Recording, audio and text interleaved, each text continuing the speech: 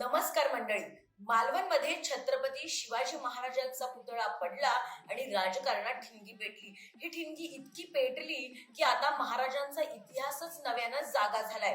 जितेंद्र आव्हाडांनी महाराजांच्या सुरतच्या स्वारीला लूट असं म्हटलं, तर फडणवीसांनी मात्र ही लूट नसून महाराजांनी रयतेचं राज्य घडवण्यासाठी केलेली स्वारी आहे असं म्हटलं. पण यावर इतिहास काय सांगतो हे ऐकूया.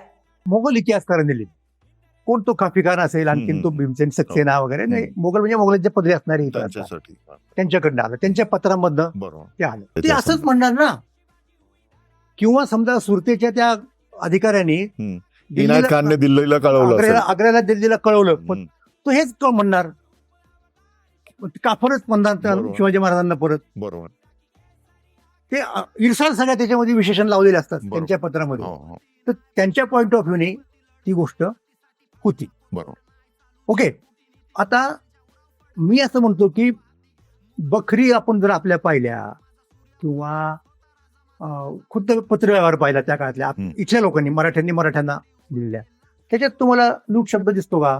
नाहीये, कुठेच नाही. डेफिनेटली नसणार. मंडळी, तुम्ही ऐकलात, महाराजांच्या स्वारीला लूट असं मुघलांनी म्हटलं, कारण त्यांच्या जबड्यात हात घालून महाराजांनी आपल्या रयतेचं राज्य उभारलं.